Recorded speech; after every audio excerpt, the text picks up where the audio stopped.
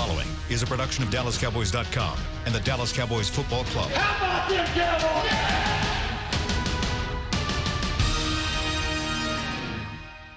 This is Talkin' Cowboys.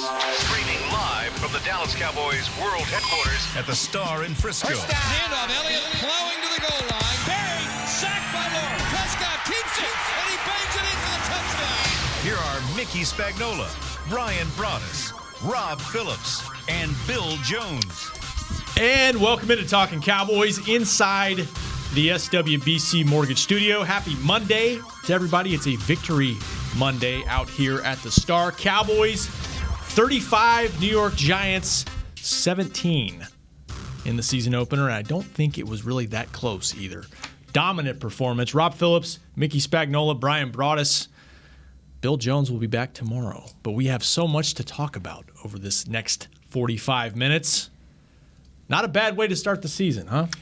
Took the words right out of my mouth. Yes, absolutely.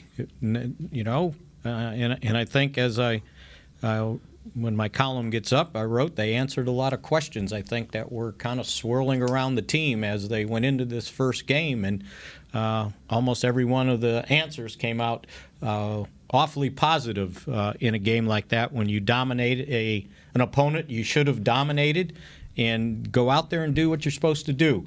I didn't see 35 points coming, but I thought that they were just so efficient, and I just don't think you could criticize much of anything they did offensively. Yeah, it looks like to me a team that actually got preseason snaps, that were able to get a series or two and then kind of parlay that into the 30 practices that we saw. Some of the questions like Mickey talked about were what kind of game was Kellen Moore going to call? And, you know, Kellen Moore, to his credit, saw a defense that he felt like that he could attack, and he attacked it with play action. He attacked it with clearly better skill players than what the Giants had. We talked about it all week. It's why you should listen to this show. Is we talked about the Giants lacked a pass rush, and even when they tried to blitz, they got the pickups. They used Olawale in pickups. They used Zeke in pickups. They even used Tony Pollard in some pickups. So, you know, when the Giants tried to answer with some things, the Cowboys had their own answers. And, you know, give Dak Prescott a lot of credit. Clean pocket in front of him, receivers winning on the outside, tight ends winning when they had to. So, overall, offensively, I think it was really a very well-played game, even to the aspect of, like I say, we learned a little bit about the play caller, coming out in multiple formations, even sometimes getting in 12 personnel and then still throwing the football. You know, that's something in the past we'd kind of seen. 12 personnel was a Zeke handoff. And, you know, but here he is. I counted one time where he had a play, and I wrote about this last night, that he had a play where he had 4 players moving pre-snap. Yeah. You know, one after the other. And then brought the first player, which was Randall Cobb, all the way across the formation, and then brought him back on the fake on the jet sweep and threw the screen to Ezekiel Elliott going the other way out the back door. So he's trying to show creativity. He's trying to show that he can find ways to attack defenses when they're just not good enough to handle you. And I think that's a very, very positive sign coming out of that. You know, and one of the things that I think was probably, with all the things that happened, maybe was underscored, was the fact that he went a lot of hurry-up offense. We didn't see that in preseason. I don't know that we saw it in training camp. Play with some pace. They would have a session maybe for hurry-up, but it Fastball, wasn't like yeah. in the concept of just a drive down the field. And what I liked the most was when they hit him with a big play, there was no celebrating. It was get your butt to the line of scrimmage and let's go. Yeah. We're not going to let them regroup. You know, we're going to snap the ball.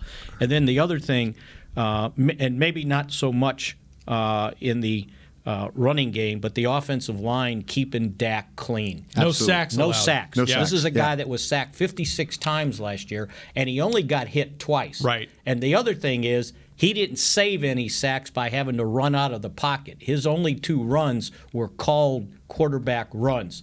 and then 2 kneel downs. So to me, the pocket was clean. He had time to kind of survey the field, come off his first read, go to the second one, sometimes the third. That was the time that he had in the pocket. And you got to credit that offensive line that really hadn't played together much at all during the preseason. Maybe one time. I'm trying to remember that second game, but I don't know that because Zach Martin probably didn't play in that second game when they played the starters. Exactly. Do you want to retract that this is a Sky Wars offense? It is a Sky Wars offense for 1 week. You said that back in camp. Don't expect, Mike Leach offense necessarily for this team. And I get your point because Dak said it after the game was over. We're not running necessarily a bunch of new plays. Right. Like you said, Brian, they're presenting things a little bit differently pre-snap, making the defense guess and dialing some things up at the right time. That's it's dialed up right when a couple of these touchdowns. I mean, there's nobody within 10 yards of these guys. Blake Jarwin on the opening touchdown from 28 yards out, et cetera. Yeah, they did a nice job. When you have a lot of weapons like they have, or players that can make plays, guys like Randall Cobb in the slot, we saw what he's capable of doing.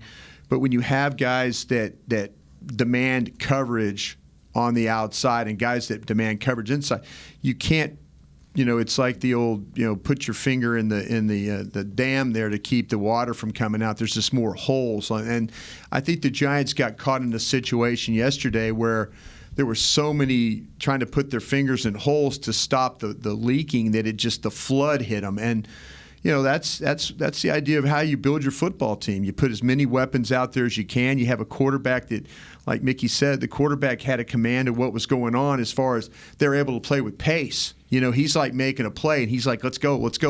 And, that's kind of where the game is evolving to when it is about playing with pace. It's about making big plays. It's about chunk plays. And the Cowboys had their share of those big chunk plays that really affected the way that the Giants were. The Giants didn't have an answer for them in the secondary. The kid, DeAndre Baker, will be a great player for them one day. He's just not right now.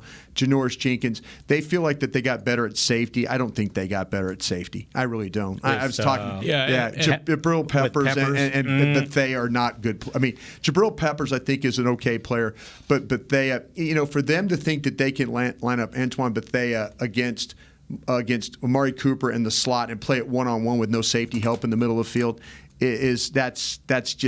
that's not having an answer right there. And Amari's touchdown in the game was with DeAndre Baker, their first-round draft pick, lining up against just a great him throw. one-on-one. Just a great throw. Yeah, absolutely great throw, and a great pickup inside. Matter of fact, it was Connor Williams. They run a blitz off the left side, and Connor Williams not only helps Travis Frederick with his guy, but here the young man having some awareness to bump outside, pick up the blitz because Tyron Smith had to go get the blitzer, and then here's Connor Williams sliding over to pick up the guy, and now the ball's out of your hands. So maybe Connor Williams last year would not have been aware, and then all of a sudden Dak would have been hit, and much like Manning got hit on, with Lawrence, and the ball would have been fluttering down the field. But that wasn't the case. They had to get a great job of managing the twist stunts that they had up front. They managed to pick up the blitzes, and then Dak Prescott made them pay for their lack of coverage on the back end. I was talking to Kellen Moore afterwards and asked him if Dak had checked to that play, and he said no. He goes, that was the play that was called, and if we got the coverage we were looking for, that's where we were going with it. And he looked because he could see the blitz was coming, and I saw it from the press box. I said, oh, he's in single coverage. Yeah. The safety's way in the middle of the field. Yeah.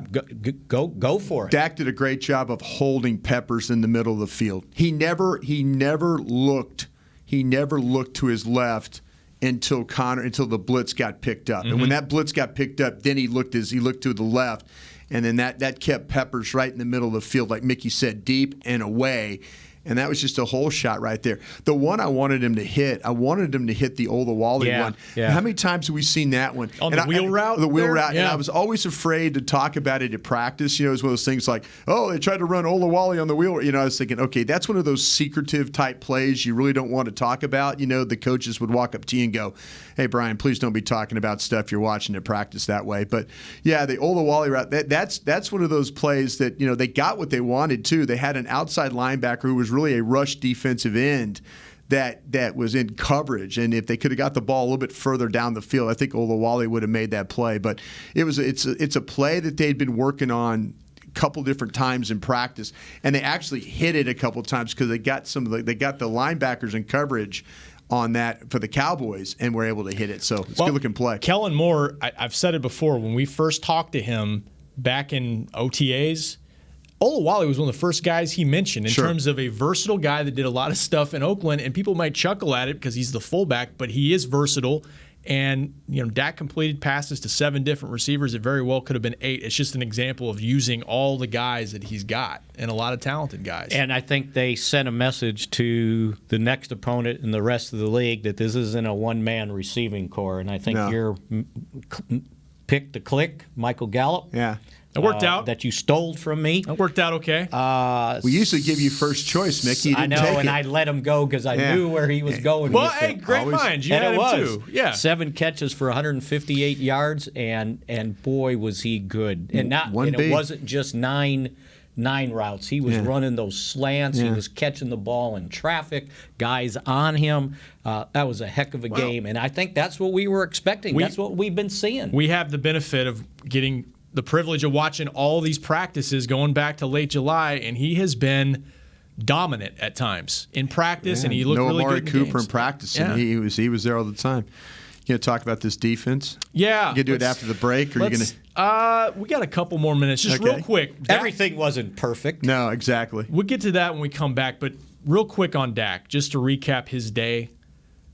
25 of 32, 405, 4 touchdowns, and the Cowboys had touchdowns on 5 straight drives, I believe. First time since 2000 they had done that, yeah. Wow. Perfect quarterback rating, Mick. That's the first time. Second. Craig Morton was the first. But it's the first with more than 20 attempts. And one of 4 players in NFL history to get 400 passing yards, 4 touchdowns, and a perfect rating. Yeah, it was unbelievable. I mean, it was. Couldn't have drawn it up any better. I mean, he was on spot. He was seeing the receivers. He was given time. His 405 yards, when I looked it up, it's 11th most in club history. He was 2 yards short of being 9th because there was a tie for 9th at 406. And I kidded with Kellen Moore afterwards. I said, so did you quit calling passes that fourth quarter to preserve your 7th spot with 435 yards passing? And he laughed, and he goes, yeah, I probably should have thought of that. Also, it was the most yards in a season opener by a Cowboy quarterback in history.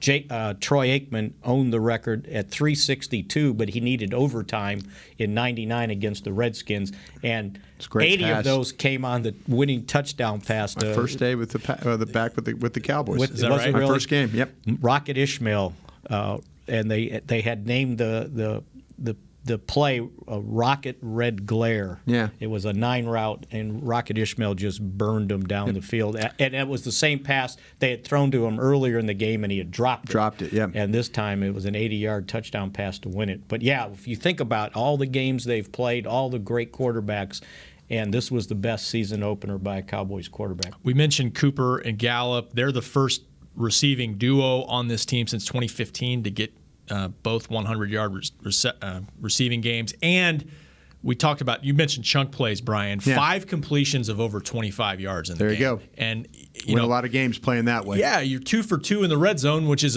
encouraging dating back to last season, but you also didn't have to put yourself in that situation with all the chunk plays they had offensively. Yep. And then let's not forget Randall Cobb, who made a couple third down catches to get first downs, and none more so than the one on third down when they were at the 16-yard line. I think they needed 8 yards or so, and he not only caught the ball on an out, but he broke the tackle, got the first down, and got it to the 5-yard line. Yeah. It set up Witten's touchdown. So Randall Cobb, and Brian, we've been talking about this, his ability to run with the ball after the catch. Yeah. And he turns into a running back. Yeah. And he did it. He did it a couple times. So they didn't lose anything having him playing in the slot. No disrespect to Cole Beasley. Yeah. That's gonna be the last time I say that, because we all respect Cole, but this is a different cat. This is a guy that's guy that's been there. He's a bad ball catcher. He's a guy that can adjust. He can make the plays when he's contested. You saw what he can do. He stopped 4 yards short of the sticks, and Hamilton tries to get him on a low tackle, and he just says, no, you're not going to get me. He put his hand in the middle of his chest and stopped his momentum, and then just threw him to his side and then put his shoulder down to get through Bethea to get the first. So, yeah, this is a different cat with the ball in his hands. He's a big-time player. He's always been a big-time player.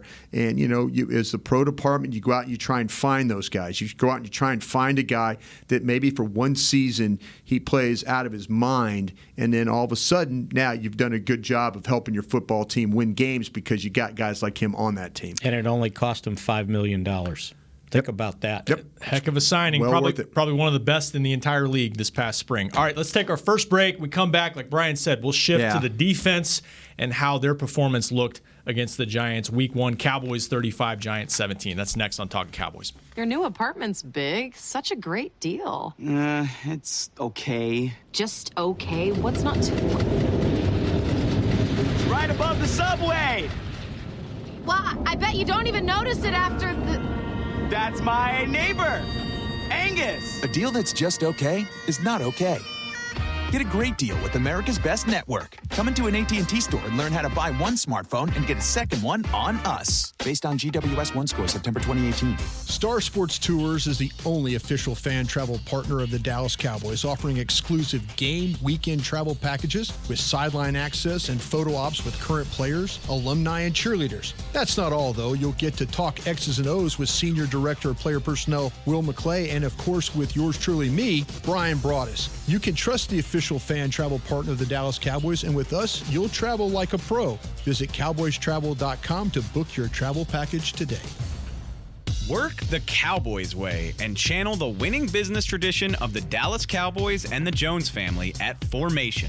This dynamic workspace provides an elevated work experience on the Star's aspirational campus with exclusive membership options available to meet varying needs. Choose from open workspaces, dedicated desks, and private offices to leverage our home field advantage for your individual business success. Limited memberships are available now, so apply today at formation@thestar.com.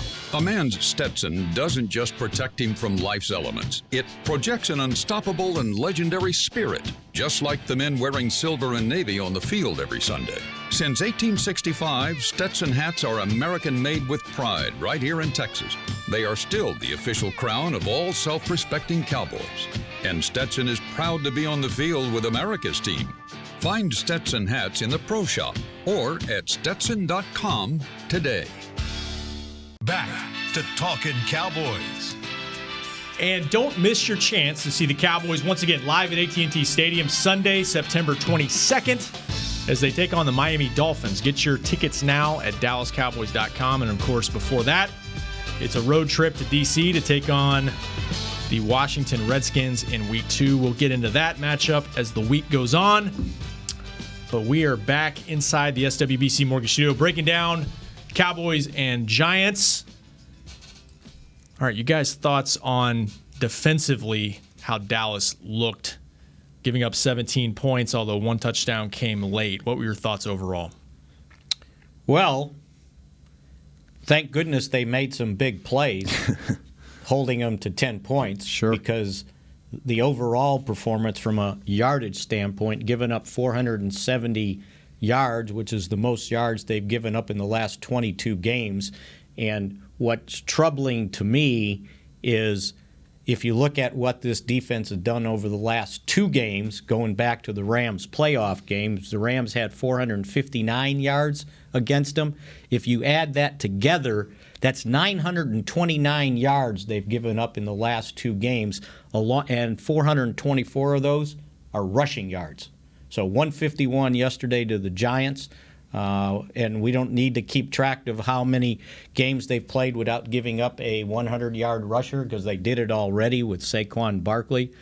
So to me, when you've given up 424 yards rushing in 2 games, that's kind of a troubling sign. And I know the games are 9 months apart or whatever, but still, you got to do better than that. And I'm sure Rod Marinelli's barking in there today. Well said, Mickey. Well said on that. I think to me the game plan clearly was to try and stop Barkley and to stop Evan Ingram.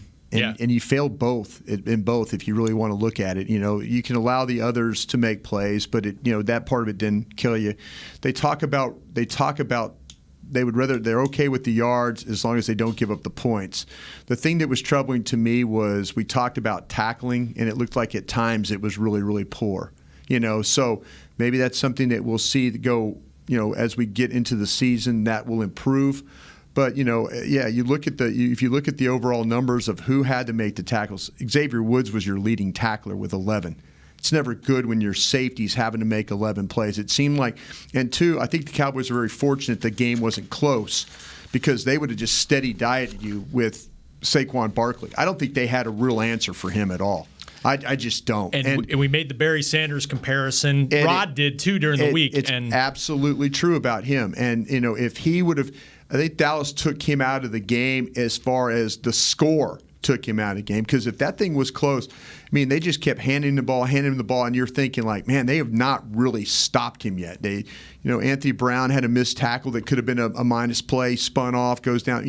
Spun twice on that play. Yeah, the 59-yard. It was a hell of a play by Awuzie to run him down from the other side of the field. Just a great effort. Because if Awuzie doesn't come flying, they still score on the drive. But just the effort to get over there. But yeah, they were blocked badly on the play. There was nobody in the alley. The ball, when it went out of there, it was, he was setting sail. So yeah, I think that you have to worry about. I think you have to worry about the pass rush. I don't think it was nearly. Now that we talked about the Giants had improved some with their pass protection. It was clear that was something they wanted to do.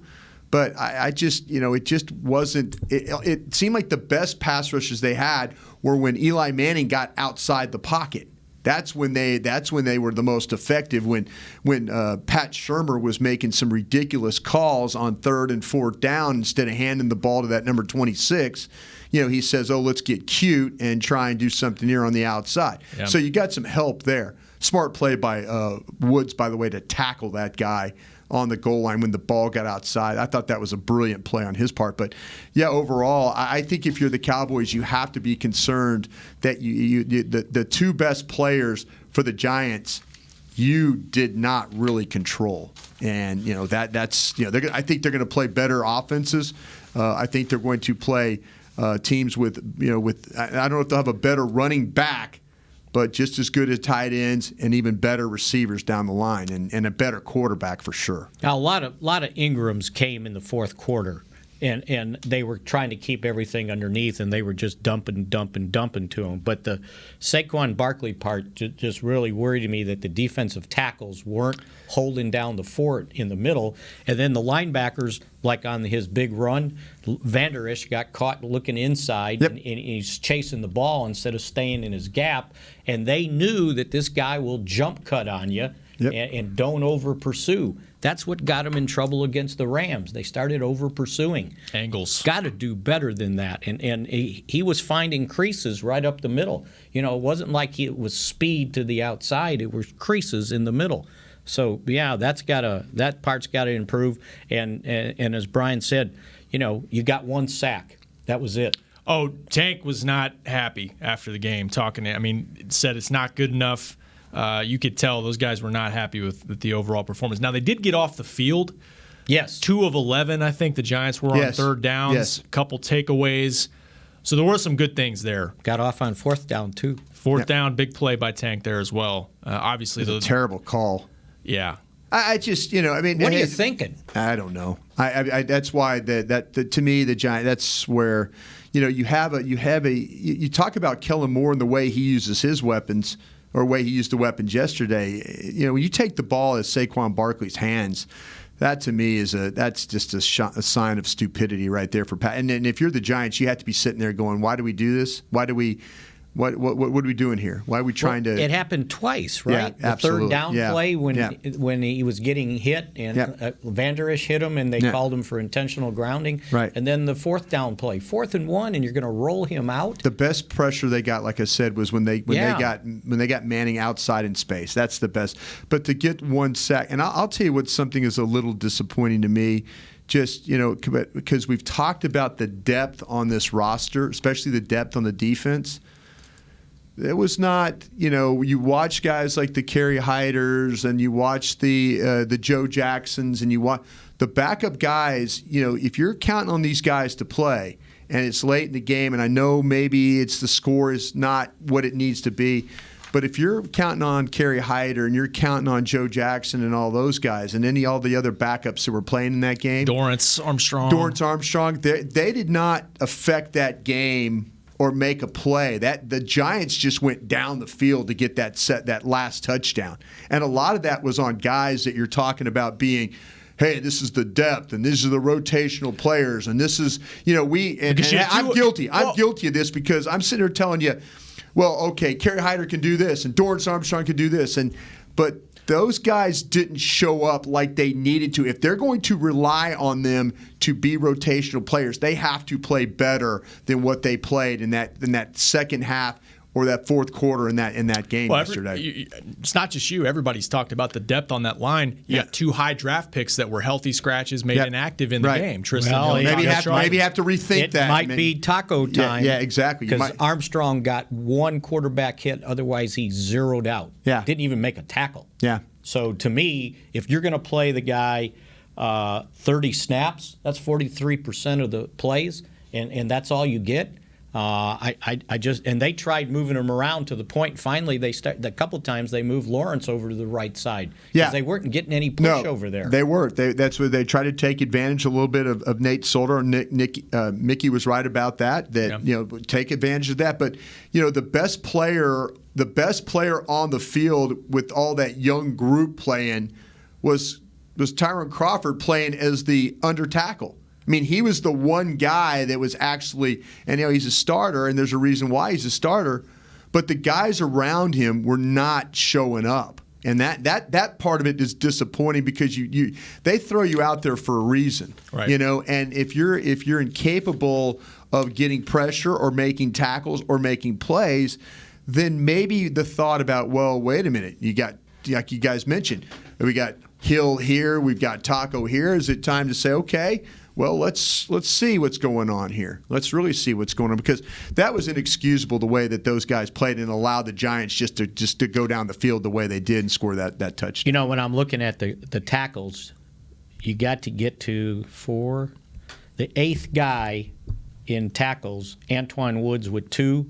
and Covington with 2. Yeah. And that was it on the defensive line. Yeah. So you got to do a better job than that. Somebody's got to do something. Now, they tried to. They said they were going to rotate the guys and not give them that many snaps. So Lawrence ended up playing 32 of the snaps. So 32 of the 69 snaps. And Crawford ended up playing 30 of the 69. But again, the idea was to get more versatile guys there. Well, they may have to rethink that and get a pure pass rusher in there on one of those sides opposite DeMarcus Lawrence. We'll see if the approach changes going into week 2. All right, let's take our final break. We come back, we'll keep breaking down this game, maybe take a question or two off of Periscope next on Talkin' Cowboys. It can be hard to find the right resource for learning about important financial matters. You search how to build savings, you end up reading about the one weird ingredient from supermarkets that can make you taller. That's why Bank of America built BetterMoneyHabits.com, a safe little corner of the internet for answering your financial questions. Full of simple videos and tips, Better Money Habits can show you how to make the most of your money without resorting to random searches that always seem to lead to unbelievable photos of childhood stars grown up. To learn more, visit BetterMoneyHabits.com. It's time for tailgating with the OtterBox boys. The OtterBox that builds those crazy protective phone cases? Yup, and now they're changing the side dish game with the OtterBox Trooper Soft Cooler. Lightweight, mobile, and leak-proof, Trooper is perfect for blitzing a crowded parking lot with a Frito pie. Amazing. Hey, you think I could fit my 7-layer salmon salad into the Trooper cooler? Yup, but please don't. And that's been Tailgating with the OtterBox boys. Learn more about the Trooper Soft Coolers at OtterBox.com. While a player could look good on paper, it's when he's out on the field that you really find out what he's made of. That's why the Cowboys rely on more than just stats and scouting reports when building their team. When picking a tractor, it's why you should rely on more than just specs and features. You've got to take it out and put it to the test. The Cowboys did when they named John Deere their official tractor. Experience one for yourself. Visit myjohndeeredealer.com/football. Dr. Pepper is the one you crave. But how do you explain that craving? Imagine a surging river of ice-cold Dr. Pepper, roaring with carbonated mists of desire. You're dangling above it, upside down, like a fishing lure in the wind. 23 flavors tickle your nose, but the river is too far away to taste. Dr. Pepper calls to you. You. Now that is a Dr. Pepper craving. Dr. Pepper, the one you crave. Want to use what the pros use? How about the official men's skincare brand of the Dallas Cowboys, Jack Black? Right now, you can get the Jack Black Starter, a curated collection of Cowboys locker room favorites for just $10 with free shipping. The starter includes 4 Jack Black skincare favorites, plus a full-sized intense therapy lip balm. Go to getjackblack.com/Cowboys and use the code word TEAMJB. That's getjackblack.com/Cowboys. The Jack Black Starter, $10, free shipping. Back to Talkin' Cowboys. All right, here's your warning. Only a day left to show your pits who's boss. Pit boss antiperspirant and deodorant from Jack Black. You got till 11:59 on Tuesday to get their deal. 2 for $26, a $38 value. Go to getjackblack.com, and it says here, limited quantities, limited time. Get going. Well done, Mick. Some great copywriting by you and our friends at Jack Black. Welcome back to Talking Cowboys. We've only got a few minutes left in the show. So speaking of get going. Yeah. Number 21? Yes. You want to touch on him before we get out of here? He got going. Ended up with, we kept talking about 20, 25 snaps. He ended up with 37 snaps in the game. A couple tries went a little longer for him. That's what Jason said. He pointed out that, okay, we had this thing going, and they weren't taking much time between plays to substitute, so they left him in there. Looked no worse for wear coming out of that thing. I think physically he looked fine. I think towards the end there, that drive when he ended up scoring the touchdown, he looked like he was getting a little bit more in rhythm, that he was seeing the holes a little bit better, and he was – I think he was really conscious of making sure he hung on to the football in a lot of those instances because he hadn't been hit, right? So that's a great point. You got to be careful. It's one thing to be in shape, but that's one thing you're missing when you're not here. Or just getting banged around the way he would at least got touched up in training practice, camp. Yeah. So, but I thought that drive when he scored the touchdown on the 10-yard run, he kind of showed. I go, okay, that's Zeke. And the run before that, oh, okay, I'm starting to see Zeke. So they did a good job, but I'm not sure how well they did run blocking. I don't know if the run blocking on the offensive line takes a little more coordination. It's funny that, there was so much success throwing the football, and it's amazing, even not running the ball well, the threat or the potential of having Ezekiel Elliott in there affected the way the Giants played their linebackers. They were so conscious of stepping up and trying to fill that's why those slants and stuff were coming off the back. I mean, their play action, he fakes the inside handoff, and you've got full flow going one way, and the next thing you know, they got one-on-one on the backside with nobody in that hole. I wouldn't have run the ball either. I mean, if they're going to give you that, if they're going to give you 10, 12 yards every shot doing that. Now, what I saw with the run blocking, though, is it's going to be more about getting Zeke back to the flow of, okay, when we get the push here, making that cut here again. I think the timing of some of their runs wasn't as good as it needed to be, but that will come. That will come with practice. He just needs to get back in the flow of, okay, when they push the front side here, where is it on the backside? Where do I need to make that cut? I think Zeke was, instead of trying to cut the ball back and make runs, he was more about let's just press the hole, get what we can, and go forward. His mindset wasn't about try and make the huge. It was just trying to get what I can, get there, get what I can, get there. But throwing the football, hell, I wouldn't have run the ball at all if I'd known I was going to protect as well as I did and have receivers win on the outside like they did. That drill they do in training camp where Gary Brown basically the running backs coming at Gary Brown, and they have those garbage cans set up, and then he gives them the number, 2, like the hole 3. to go through. Where to cut. Yeah. Yeah. And I'm sure they didn't do that in Cabo. Right. Unless they lined up margaritas, and then it's like, okay, go this way, go that way. He said he did try to simulate plays. Now, I don't know exactly how he did it, but they probably didn't have the garbage cans either. Probably not. I mean, and that's one thing the running backs got to see. You got to keep your head up, and you got to look for where the hole at the last minute bunts open. I mean, that's what Barkley was doing awfully well, by the way. But other than that, from a physical standpoint, they were right. He was in good enough shape. How many touches he ended up having? 13 runs and 1 catch, is that right? Yes. And 1 drop. Yeah. Screen was pretty. That screen they set up, I talked about all the movement, the pre-snap movement they had just to get to a screen. I mean, that's, and I think you'll see more. I think you'll see Ezekiel once again feel more comfortable with making those cuts, the violent cuts we've seen. And, the Giants, they were committed to try and, like I said, step up and try and make tackles. They were not going to let him dictate this game. The problem is, like I said, they let the receivers and tight ends just abuse them in this game. And, with no pass rush, I mean, that's inexcusable for them. They've got a lot of issues on that defense for the Giants. They really, really do. I mean, it was almost like they made this bet that, by golly, we're not letting Zeke beat us or Tony Pollard beat us. Yeah. Dak, can you beat us? Yeah. Well, you know what? You lost the bet. You lost the bet. He did, and after the game, the contract talk was unavoidable. And what did you hear from that in the locker room or outside the locker room with Jerry and Steven? Yeah, the only thing that, it sounded like, because when Jerry was asked about it right away, he kind of parried the question away and, well, we're not talking about it. And I guess later he said, yeah, it's imminent. So we'll see what imminent, the definition. What does that exactly mean? Like it's in right away, like maybe tomorrow. But we'll see. The question everybody keeps asking is, well, okay, how much did that game cost the Cowboys because the price went up? But I'm thinking if you were that close to a contract, you're not going to sit here all of a sudden and rip everything up you accomplished and start again and say, oh, wait a minute now.